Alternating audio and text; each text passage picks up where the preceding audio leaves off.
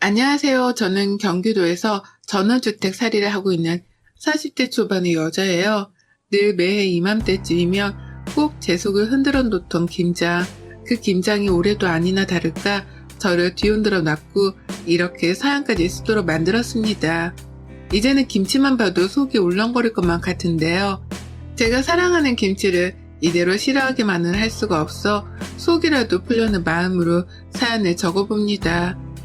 사연 다 쓰고 시누이들한테 링크 전송도 할 거니까 댓글도 많이 좀 달아주세요. 도서가 없는 글이더라도 화가 난 며느리라는 걸 감안해 잘 읽어주시고요. 저는 이제 결혼한 지 12년 차입니다. 10년이라는 강사를 한번 넘겼으니 절대로 짧은 결혼 생활을 한 것도 아니었죠. 저희 남편은 사업을 하는 사람이지만 일이 잘 풀리지 않아 여러 개의 사업을 돌려하며 어떻게든 돈을 벌어오는 가장이었어요. 하나를 진득하게 하지 못하고 조금 돈이 벌리면 이것도 하고 저것도 해가면서 돈 나갈 구실만 만들어대는 능력 없는 사장 말이죠. 그러다 보니 정작 그 속을 들여다보면 남아있는 게 하나도 없었습니다. 무슨 사업을 또 한다면서 제 앞에서 자랑은 엄청 하는데 통장으로 들어오는 생활비는 10년 전이나 지금이나 변한 게 없었어요. 그 사이에 물가 상승한 게 얼마고 애들이 자라서 들어가는 학원비가 얼마인데 우리 남편은 그런 변화를 혼자 체감하지 못하고 사는 듯 보였죠. 문제는 그뿐만이 아니었습니다. 살다 보니 집을 팔고 전원살이를 하게 되는 날이 다 찾아오더라고요. 서울에서 비싼 아파트는 아니더라도 동네에서 멀끔하게 잘 지어져 있던 아파트에서 살아왔었거든요. 결혼하면서 남편이 70, 그리고 저희 친정에서 30 정도로 대줬던 돈으로 산 집이었습니다. 그런데 그걸 한창 아파트 값이 올라가 있던 몇 년 전에 팔아버리더라고요. 갑자기 전원생활의 뜻이 생겼다면서 말이죠. 처음엔 전원생활이라는 말만 들어도 설렜습니다. 남편이 돈을 많이 벌어서 우리가 큰 집으로 이사를 가나 보다 했어요. 그래서 애들 교육이 걱정이 되긴 했어도 어떻게든 되겠거니 했었답니다. 근데요, 전원생활을 하러 이사를 가고 나서야 알았어요. 남편 사업이 잘 풀리지가 않아 그 대용으로 아파트를 팔아버렸다는 걸 말이죠. 남편이 사업하는 데에 돈을 쓰고 나니 남는 돈이 별로 없어서 전원생활을 시작하긴 했으나 정말 쥐꼬리만한 크기의 전원에서 살게 되었다는 걸 말입니다. 코로나만으로도 세상이 확 변했다는 느낌에 걱정이 태산이었는데 사는 집의 환경과 위치까지도 싹 다 바뀐 바람에 저는 정말 사는 데에 적응하는 걸 목표로 두며 버텼습니다. 애들도 키워야 하고 팔아버린 아파트를 아까워하면서 어떻게 우리가 다시 일어설 수 있을지 혼자 골머리를 앓아가며 남편을 지켜봤어요. 하지만 이런 제 속도 모르고 남편은 그저 또 입만 살아 사업을 벌려왔습니다. 유일하게 인정하는 건 남편의 긍정적인 입방정 뿐이었네요. 어떻게든 버티다 보면 괜찮아질 거라는 말을 해가면서 저를 위로하는 그 뛰어난 말주변이었거든요. 하지만 이런 저의 어깨에 더 무거운 짐을 떠안기더라고요. 시어머니 말입니다. 가족 설명을 하려고 하니 갑자기 숨이 턱 막히는 심정인데요. 사연을 위해서 시댁 소개를 안 할래 안 할 수가 없으니 숨 한 번 꼭 참고 해보겠습니다. 저는 신우가 넷이에요. 하나도 아니고 둘도 아니고 그렇다고 셋도 아닌 넷 말이죠. 신우가 넷이나 되면 결혼 한번 고려할 법도 한데 왜 그런 집으로 시집을 갔냐고 물으신다면 이번에도 제 남편의 말주변이 크게 영향을 미쳤습니다. 무조건 누나들이랑은 부딪히지도 않게 해줄 거고 고생이란 건 절대 시키지 않을 거라고 호언장담을 하던 남편의 그 긍정적이고도 뛰어났던 말주변은 연애 때부터 시작되었었죠. 그러니 저는 남편이 나 하나만큼은 끔찍하게 생각해 주겠구나 싶어서 철석같이 믿고 결혼을 했고요. 그런데 결혼하고 나서 보니 남편의 사업부터 시작해서 시누이들의 시집살이까지 뭐 하나 결혼 전 약속대로 지켜지는 것이 한 개도 없었습니다. 정말 단 하나도 없었어요. 남편은 잘 되지도 않는 사업을 벌렸다가 무마하고 유지하며 집 밖을 겉돌았고 그러는 사이 시누이들은 미치도록 저를 찾아댔어요. 집안 행사가 있을 때에도 그렇고 걸핏하면 찾아댔습니다. 신우들은 저희 부부가 굉장히 잘 사는 줄 알거든요. 저희 남편이 그 많은 남매들 중에서 무려 막내이기까지 한데요. 막내가 사업을 한다고 하는데 이것저것 하는 게 많다고 하니 우리 시누이들은 뭐 대단한 사업가라도 되는 줄 알았나 보더라고요. 원래 사업에 대해서 잘 모르는 사람들은 사업을 한다고 하면 회사 운영을 하는 것 같은 큰 걸 상상하곤 하잖아요. 잘 모르는 사람일수록 말입니다. 그런데 저희 시누들 그리고 시부모님이 딱 그랬어요. 아는 게 하나도 없는데 막내 동생이 사업을 한다고 하니 얘가 진짜로 집안을 일으키기라도 할 상인가 보다 하며 진드기처럼 달라붙으려고 했답니다. 본인들 형편이 좋지를 못하니 남매들 중에서 사업을 한다는 저희 남편한테 들려붙으려고 한 거였죠. 사사건건 불러댔어요. 시부모님 생신 때는 두말할 것도 없이 당연하게 장남이나 막내 그리고 집안의 기둥인 저희 남편이 참석을 해야 했고 그 밖에 시부모님께 돈이 들어갈 일이 생기다면 또 당연하게 불려나갔습니다. 병원 가시는 것도 가까이 사는 시누가 한 번쯤 데려가다 병원비를 내줄 법도 하고 또 시부모님이 고기 먹고 싶다고 하면 나가서 직접 지불하고 자기 부모한테 사줄 법도 할 텐데요.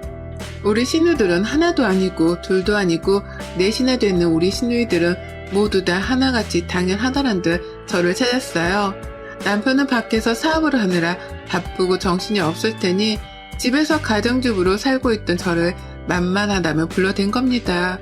늘 대신 계산을 하게 했고 당연하다는 듯이 저의 지갑을 훑어보는데 그렇게나 소름이 끼칠 수가 없었습니다. 어째 하나도 아닌 넷이나 되는 시누이들이 또 하나같이 거머리 같을까 싶어서 우습지도 않았던 거죠. 이런 집안으로 시집을 오기 쉽지 않을 텐데 귀엽고 시집을 와서 고생하며 사는 제가 애처롭기도 했고요. 하지만 무엇보다 저를 힘들게 하는 건 바로 김장철이었어요. 다른 생일날이나 제삿날 같은 건 밖에서 외식을 하거나 시어머니가 같이 요리 하나쯤은 거들어 주시니까 그런대로 괜찮았습니다. 근데요, 김장철만큼은 정말 떠올리기만 해도 숨이 답답할 정도로 저에게는 트라우마 비슷한 거였어요. 왜냐면 제가 정말 많은 김장들을 저 혼자서 담궈내야 했거든요. 그 시작은 4년 전쯤이었고요. 원래는 제가 친정에서 김치를 받아 먹었습니다. 시댁에서 시어머니랑 시누이들이 자꾸만 같이 하자고 저를 불러대는데도 저는 끝까지 친정에서 받아 먹겠다고 하면서 거절을 했어요. 시누이들도 자기 친정에서 김치를 받아 먹는데 나는 내 친정에서 김치를 받아다 먹지를 못하는 건가 싶었으니까요. 시댁 김장은 조금 짠 반면에 저희 친정은 제 입맛에 딱 맞게 김치를 만들어줘서 제가 더 선호를 하기도 했고요. 그렇게 결혼하고 4년 가까이는 저희 친정에서 받아 먹으며 김장철에 굳이 김장을 하러 시댁을 찾지 않아도 되었어요. 그러면서 한 번씩 번갈아 가며 시누이들한테 김장 좀 같이 안 한다는 이유만으로 욕을 먹기도 했지만 한기로 흘려드리려 노력했고요. 그러다 4년 전에 친정엄마가 돌아가셨습니다. 그로부터 제 시댁살이는 송두리째 바뀌어버렸죠. 친정엄마가 돌아가셨다는 이유만으로 시댁에서는 저를 더 적극적으로 시댁에 불러냈어요. 김장철에는 더더욱이요.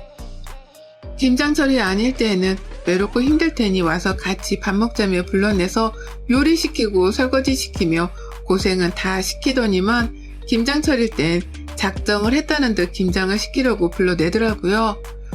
첫 1년째에는 시누이들도 다 같이 모여서 김장을 했습니다.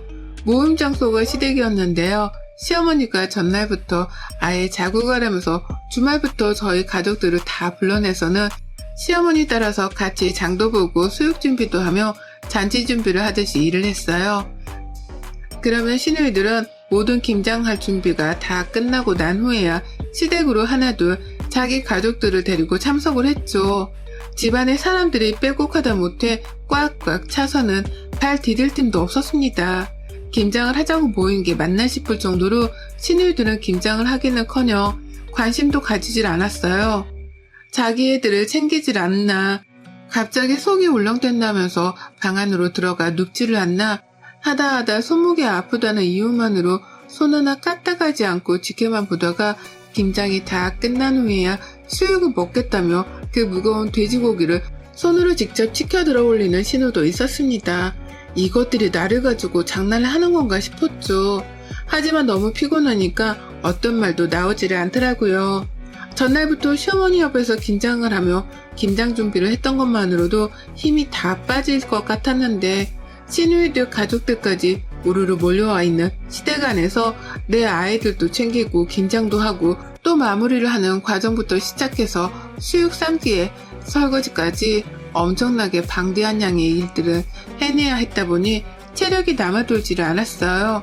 그리고 그 후 얼마 지나지 않아서 저희가 바로 경기도로 이사를 가며 전원살이를 시작하게 되었는데요.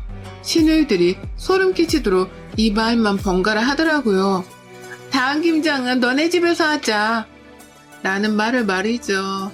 그렇게 저희 집에서는 김장이 본격화되었답니다. 시가족들이 모두 다 서울에 살고 있었는데요. 그 누구도 경기도까지 가서 김장을 하는 것에 반대를 하는 사람이 없었어요. 그 누구도 서울에 살던 집보다 더 좁고 답답한 전원주택에서 사는 걸 가지고 안쓰럽다며 위로해주는 사람 하나 없었습니다. 오히려 전과 똑같이 그 많은 자기 식구들을 모조리 데려와서는 김장을 하라 하는데 그 과정에서조차 열받는 일들이 많았네요. 또 게으름을 피우면서 겁만 도는 시누이, 자기 아이를 챙겨야만 하는 핑계를 대면서 김장을 하다마는 시누이, 수다만 떤다고 김장을 하기는 개뿔, 폰만 잡고 있는 시누 등등 이것들은 저마다 가지고 있는 단점들을 서로 번갈아 해가면서 김장을 대충 해댔습니다. 그러니 저는 빨리 내 집안에서 내보내야 한다는 생각에 더 필사적으로 김장을 했고 그렇게 개고생을 하고 나서 보면 꼭 제가 다 김장을 해놨더라고요. 그러면 시누들은 당당하게 제가 해놓은 김장들을 챙겨가면서 다들 수고했다는 인사를 지들이 했습니다. 마치 자기들도 대단히 손을 거들어준 것 마냥 말이죠. 이것만으로도 저는 충분히 힘들었어요. 몸이 버티기 힘들었고 가뜩이나 남편이 하는 일 때문에 정신적으로도 버티기가 쉽지 않은데 김장만 하면 몸살까지 나서는 우울한 상태가 극도로 커졌죠. 그리고 바로 올해 제발 이번만큼은 어떻게 해서라도 저희 집에서 김장을 하지 않게 하려고 했습니다. 무슨 일이 있더라도 내 집에 시누이들이 우르르 몰려들어오는 그 꼴만큼은 안 보겠다며 남편한테도 몇 달 전부터 언지를 줬어요. 마누라 고생을 시키면 기분이 좋냐고 화를 내면서 말이죠. 남편도 분명 계속해서 화를 내고 힘들어하는 저를 보며 올해만큼은 김장을 시댁에서 다시 하자 하겠다며 제 편을 들어줬습니다.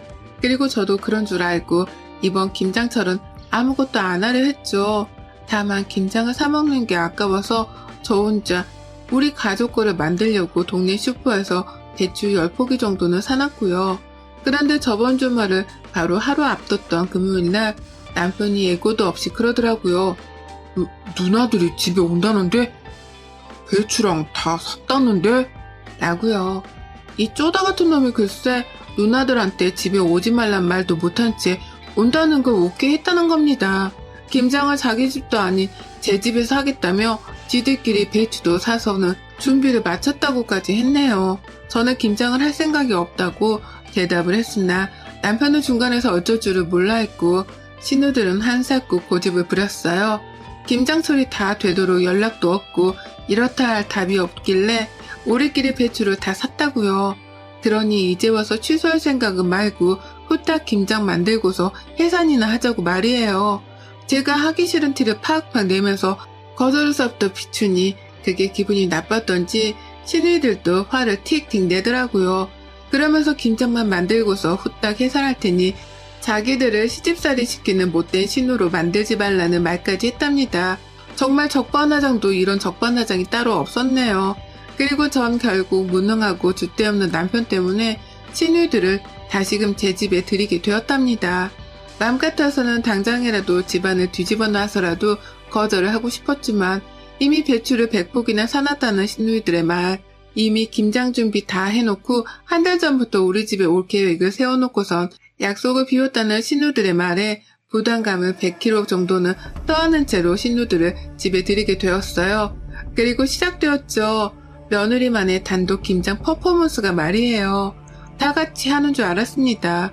오지 말란 티까지 냈는데 집에 오겠다고 하는 걸 보면 적어도 김장하는 걸 옆에서 도와주기라도 할 줄 알았어요. 그런데 도와주거나 도와주라는 척을 하기는 개뿔, 이것들이 작정이라도 한 듯이 김장을 안 하더라고요. 김장을 하려면 배추를 소금에 담궈놔야 하잖아요. 배추를 절이지도 않으면 그게 무슨 김치겠어요. 그런데 신우들은 새 배추를 가져와서는 저한테 소금에 절여놓으란 심부름부터 시켰어요. 신우들이 한 건 배추를 씻어주기만 한 것뿐이었고요. 그렇게 저는 얼떨결에 또 김장을 빨리 해줘야겠다는 생각 하나만으로 배추에 소금을 절이기 시작했고, 그게 절여지길 기다리는 시간 동안 시누이들이 내 집안을 해주고 다니는 걸 구경해야만 했습니다. 소금 뿌리고 절여지는데 거의 6시간 정도 넘게 걸렸는데, 그 과정에서 시누이들은 그냥 제가 주도하는 김장을 옆에서 깨작거리며 도와주기만 했죠. 누구 하나 그 무거운 배추들을 직접 나르거나 물기를 짜낼 생각은 안 하더라고요. 다 제가 하는 걸 구경만 하다가 한 번씩 이러다 하루 종일 김장하겠다 라는 말을 거들며 잔소리만 던질 뿐이었답니다. 거기서 저는 이미 몇 번이고 화가 나 분노가 차오르는 상태였죠. 그리고 저는 그날 밤 12시를 넘겨서야 김장을 모두 다 끝냈어요. 그 사이 무슨 일이 있었는 줄 아세요? 신우들은 절여진 배추에다가 제가 직접 만들고 섞은 김치 속으로 어떻게든 김치를 만들긴 만들었는데, 지들 거 몇 포기만 만들고서는 힘들다고 하나둘 나가 떨어지더라고요. 아무도 끝까지 이 많은 배추들을 책임지고 김치로 만드는 사람은 없었습니다. 급기야 자기들은 배추를 사왔으니 김치를 담그는 노동은 제가 당연하게 해야 한다는 말까지 하면서 지들끼리 TV 앞에 가서 앉더라고요. 사오라는 말을 한 적도 없는데 지들이 멋대로 사와놓고서는 저한테 김치를 담그라 하다니 화가 나서 거칠어지는 숨소리에 괜히 걱정이 되었던지 남편은 뒤늦게야 나서서 저를 도와주긴 했어요. 하지만 김장을 담그다 보니 눈물이 차오르는 걸 어쩔 수가 없었습니다. 그리고 결국 김장을 12시가 넘겨 끝을 내고 난 후 제 집 거실에 널브러져 잠이 든 시누이들과 그 가족들을 보며 저도 모르게 결심을 했죠. 내가 지금 당장에 죽는 한이 있더라도 이것들하고는 평생 안 보기 위해서라도 쫑을 내야겠다고 말이에요. 다시는 이것들과 마주보지 말아야겠다고 말입니다. 어떻게든 빨리 해치워서 내 집안에서 나는 김치 냄새라도 빼려고 서두른 건데, 정신을 차리면서 김치를 만들고 있다 보니 모두가 잠이 들었던 그 한밤중 저는 혼자서 김치만큼이나 시뻘거진 제 얼굴을 다독여가며 그 모든 분노를 평생의 인내심을 가지고서 참아냈어요. 그리고 다음날 아침 저는 시누이들이 사오고 담그지도 않은 그 100포기의 배추들을 모조리 다 홍할만한 집 앞 마당에다 버렸습니다. 네, 저희가 따로 잔디를 심은 것도 아니라서 완전히 흙바닥밖에 없는 마당이었는데요. 그 마당에다가 제가 기껏 고생하고 피땀 흘려서 만들었던 그 배추 100포기를 아낌없이 바닥에 버렸어요. 재활용을 하지도 못하도록 하나하나 겹겹이 쌓아놓지도 않은 채 흙바닥에 펼쳐서 버려놨죠. 새벽같이 그 짓을 했던지라 조금 시간이 지나고 보니 벌써 하나둘 배추들이 푹 숨이 죽기 시작하더라고요. 그 꼴을 보니 속이 시원한 게 이거다 싶었네요. 내가 지금 원하는 건 시누이들한테 제대로 화풀이를 해줘가면서 시누이들이 빈손으로 김치를 가져가지는 못하겠구나 싶었던 거죠. 그리고서 저는 괜히 소심하게 발로 흙을 차버리며 배추들 위에다가 또다시 흙을 뿌렸답니다. 그리고 저는 그날 남편을 깨워 가장 먼저 마당이 널브러진 배추를 보여줬어요. 남편이 처음에 헛것이라도 봤나 싶었는지 잠시 멈칫하다가 뒤늦게야 배추 정체를 알아내고는 문 앞에서부터 비명을 지르면서 마당으로 뛰어가더라고요. 집 앞에 시뻘건 배추들이 그 꼴을 하고 있으니 처음 한동안은 잠시 충격을 받았던 겁니다. 그러면서 다 버린 거야? 그걸 다 버린 거야? 라고 더듬으며 물어를 보는데요. 저는 놀라는 남편과 상반되게 끝까지 태연하게 굴었답니다. 그리고는 그 상태로 모든 배추들을 다 버렸다는 설명도 해줬고, 그 상태로 뒤도 생각 않고 이혼을 하자는 선전포고도 날려버렸어요. 내가 너랑은 2번 다시 못 살겠다. 신호가 하나도 아닌 넷인데 그 넷을 다 상대하고 사는 내 팔자도 이제 그만 끝내고 싶어. 이렇게 더 살다가는 내가 제명이 못 살 것 같으니까 내 인생 방해 그만하고 이쯤에서 쪽내자. 이쯤에서 갈라서고 다신 니들 누나 내 눈앞에 띄게도 하지 마. 라고 하면서 말이에요. 남편은 여전히 배추 앞에서 정신을 못 차리며 하나라도 건질 게 있나 싶은지 하나둘 가까이가 들여다보기 시작했습니다. 그러면서 수도호수를 찾더라고요. 흙더미라도 물로 씻어내면 괜찮을런가 싶어 말이에요. 그런 남편을 뒤로 한 채 저는 뒤에서 그럼 그렇지 라는 혼잣말을 하며 집으로 들어갔어요. 그리고는 곧장 제 방 안으로 향해 짐을 쌌습니다. 남편 차키를 제가 쥐고는 차 안으로 짐을 마구마구 쑤셔 넣었어요. 하다못해 집에 있던 쌀가마니까지 챙겨 넣었으니 완전히 집을 거덜내려 했다고 보면 되겠네요. 워낙 벌이가 시원찮던 남편이어서 돈 될 만한 물건을 놔두고 사는 편은 아니었습니다. 그 덕에 짐이 많지는 않았지만 제가 챙길 수 있는 것들은 죄다 챙기려 했어요. 아이들까지 말이에요. 그리고는 차에 시동을 거니 시동 거는 소리에 남편이 그제서야 반응을 하더라고요. 여보, 가은아! 라고 하면서 분단선 앞에 놓인 가족을 찾는 것 마냥 울부짖으면서 달려왔습니다. 하지만 저는 이혼을 선전포고 하던 그 순간까지도 배추 걱정이나 하며 배추 앞만 서성이고 있던 남편이 괘씸해서 그 길로 시동을 걸고는 집을 도망쳐 나왔답니다. 곧장 친정으로 향했고 짐을 푸는 저를 보며 친정 부모님도 충격을 받긴 마찬가지셨어요. 다만 쌀가마니까지 챙겨온 딸의 모습이 안타까우셨는지 저희 아이들을 안아주며 아무 말 없이 집안에 들여보내주시더라고요. 저는 그 길로 이혼 서류를 떼서 남편한테 퀵을 보냈습니다. 평생 가정주부라 급하다 할 게 없으니 퀵 배달이라는 걸 써본 적도 없는 저인데 이혼 서류를 배달시킨다며 이런 배달업체를 다 이용해 봤네요. 남편은 차가 없어 이동이 어려운지 바로 찾아오지도 못했어요. 시누이들은 전화통에 불이 나도록 전화를 걸어왔으나 제가 다 씹었고 결국 남편은 이혼 서류를 받고 나서야 저희 친정으로 찾아왔어요. 하지만 저희 부모님은 집에 들여보내주기는커녕 안 가면 경찰을 부르겠다고 으름장을 놓으셨고 남편은 결국 제 얼굴을 보지 못한 채 돌아가야 했답니다. 오늘아 택시비도 들었을 텐데 아무 소득 없이 들고 있던 이혼 서류를 그대로 들고 집에 돌아갔답니다. 저는 이혼을 해줄 때까지 남편을 보지 않겠다고 재차 선전포고를 했고 재산 분할을 위해 소송도 걸겠다고 했네요. 아파트를 팔며 남겼을 내 친정의 지분 정도는 도로 챙겨와야겠다 싶어서 말이죠. 어쩌다 이렇게 괴팍하게 이혼을 하게 되었는지는 모르겠지만 남편이라는 작자한테 미련이 하나도 남지 않은 저인지라 후회 따위는 없습니다. 하나 있다면 아이들한테 상처를 준 것이겠으나 아이들한테도 이런 고모들이나 아빠랑 같이 섞여 지내느니 저랑만 사는 게 훨 이로울 거다 싶네요. 김장 덕분에 시댁 식구들은 걸러야만 하는 인간들이라는 거 오래전부터 배웠는데 이제서야 행동으로 옮겨 이혼하려 하는 저를 기특하다 칭찬해주고 싶습니다. 아직 늦지 않았으니 이제라도 정신 차리고 시댁 아니 시누들하고는 정말 평생 쫑 낼랍니다. 여러분의 생각은 댓글로 남겨주세요. 오늘도 시청해주셔서 정말 감사합니다.